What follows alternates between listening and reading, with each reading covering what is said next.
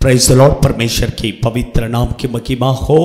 आज मैं आपके बीच में बताना चाहता हूं कि परमेश्वर के पंख के नीचे एक व्यक्ति रहने से उसके जीवन में क्या क्या आशीष मिलेगा, उसके बारे में 5 पॉइंट मैं आपके बीच में बताना चाहता हूं। फर्स्ट पॉइंट, रूत के किताब उसका 2 अध्याय 12वां वचन को पढ़ते समय वहां पर लिखा है, यहोवा तेरे कार्य का फल दे और इज़राइल का परमेश्वर यहोवा जिसके पंखों तले तू शरण लेने आई है तुझे पूरा बदला दे। परमेश्वर के बच्चे लोग, परमेश्वर के पंख के नीचे जब एक व्यक्ति आ जाता है उसे पूरा बदला प्रभु देते हैं। पूरा बदला मतलब कंप्लीट ब्लेसिंग।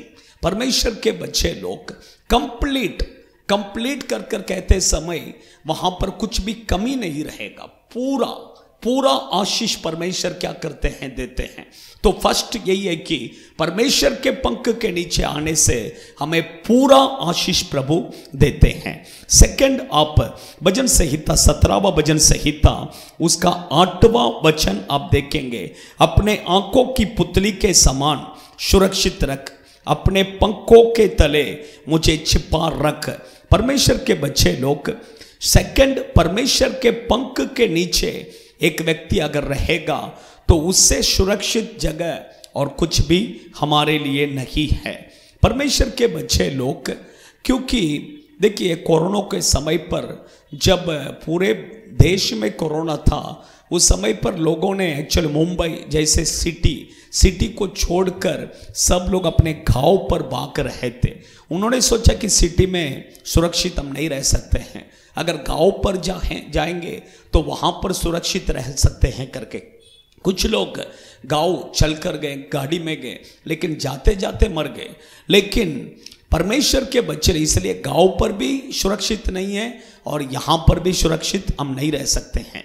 लेकिन अगर एक व्यक्ति कहीं पर भी रहे, वो परमेश्वर के पंख के नीचे रहेगा तो उससे सुरक्षित जगह और कुछ भी नहीं है। परमेश्वर के बच्चे, एक संभव मैंने सुना, एक्चुअली एक प्रभु का एक अच्छा विश्वासी भाई था, उसके जीवन में हुआ घटना, वो एक कंपनी में काम कर रहा था, वो कंपनी ग्राउंड फ्लोर में था। अचानक में उसको एक कॉल आया।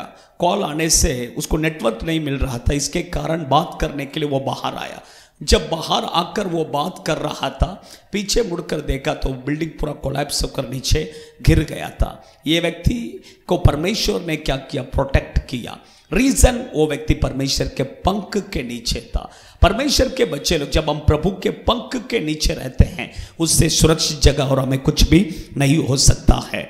थर्ड पॉइंट, भजन संहिता 91 उसका 4th वचन आप पढ़ेंगे तो वहां पर लिखा है, वह मुझे अपने पंखों की आड़ में ले लेगा और तू उसके परों के नीचे शरण पाएगा, उसकी सच्चाई तेरे लिए ढाल और जिलम ठहरेगा। परमेश्वर के बच्चे लोग, यहाँ पर ये 91 भजन संहिता जो है मूसा के द्वारा लिखा गया एक भजन संहिता है। और ये भजन संहिता का एक विशेष बात यह है कि सब स्टार्टिंग से लेके फर्स्ट वचन से लेके 16वां वचन तक पूरा प्रतिज्ञाओं से भरा है। और ये भजन संहिता हर एक प्रभु के लोग अच्छा बाय हार्ट कर रोज इसे बोलने वाले भी है परमेश्वर के बच्चे। लेकिन ये सब ब्लेसिंग किसके जीवन में मिलता है कि बाइबल में लिखा एकदम परमेश्वर के पंख के नीचे जो व्यक्ति रहते हैं उनके जीवन में ये 91 सैम्स का पूरा ब्लेसिंग उनके जीवन में मिलता है। मैं इसमें एक पॉइंट खाली मैं बताना चाहता हूँ, वह तुझे 3rd वचन में लिखा, वह तुझे बहेलियों के जाल से और महामारी से बचाएगा। परमेश्वर के बहेलियों की जाल बोलेंगे तो बहेली बोलेंगे तो शिकारी को बहेली करके कहते हैं। लेकिन हमारा शिकारी कौन है? शैतान के जाल से प्रभु हमें बचाएगा। अगर एक व्यक्ति परमेश्वर के पंख के नीचे रहेगा तो उसे परमेश्वर हर एक शैतान के जाल से प्रभु बचाएगा। शैतान आपके और मेरे विरोध में हमेशा जाल बिछाता है। पढ़ने वाले बच्चों के कॉलेज में, स्कूल में, हमारे काम पर, ऑफिस में, या हम कहीं पर भी जाते वहाँ पर हमारे लिए जाल बिछाता है। लेकिन हर एक जाल से प्रभु हमें बचाएगा। और फोर्थ पॉइंट ये है कि आप ले लीजिए मलाकी के किताब उसका 4 अध्याय उसका 2 वचन, मलाकी के किताब 4 अध्याय 2 वचन मैं पढ़ता हूं, सुनिए। परंतु तुम्हारे लिए जो मेरे नाम का भय मानते हो, धर्म का सूर्य उदय होगा और उसके किरणों के द्वारा तुम चंगे हो जाओगे और तुम निकलकर पाले हुए बछड़ों के समान कूदोगे और फादेंगे। परमेश्वर के हिंदी में इतना क्लियर नहीं दिया है, लेकिन तमिल बाइबल, मराठी बाइबल में सब अच्छे से दिया है। जो परमेश्वर के पंखों के नीचे रहते हैं वो अच्छा चंगाई के साथ रहेंगे। परमेश्वर के पंख के नीचे रहने वालों को कोई भी बीमारी उन्हें छू नहीं सकता है, किसी भी तरह की बीमारी उनके जीवन में नहीं आएगा। इवन निर्गमन के किताब 15वां अध्याय 26वां वचन पर आप पढ़ेंगे, प्रभु वहां पर कहते हैं कि मिस्रियों के ऊपर जो विपत्ति, जो बीमारियां मैंने भेजा, उसमें से एक भी बीमारी तुम्हारे ऊपर नहीं आएगा, और अगर आ भी गया तो भी मैं तुम्हारा चंगा करने वाला परमेश्वर हूं कर प्रभु ने कहा है। इसलिए परमेश्वर के बच्चे लोग, प्रभु के पंख के नीचे अगर एक व्यक्ति रहता है वो बहुत चंगाई के साथ रह सकता है, किसी भी बीमारी उसको छू नहीं सकता है। और भी 5th पॉइंट, लास्ट पॉइंट मैं आपके बीच में बताना चाहता हूं कि भजन संहिता उसका 57 और उसका पहला वचन को हम पढ़ सकते हैं। हे परमेश्वर मुझ पर अनुग्रह कर, मुझ पर अनुग्रह कर, क्योंकि मैं तेरे शरणगत हूँ, और जब तक ये विपत्तियाँ निकल न जाए तब तक मैं तेरे पंखों तले शरण लिए रहूँगा।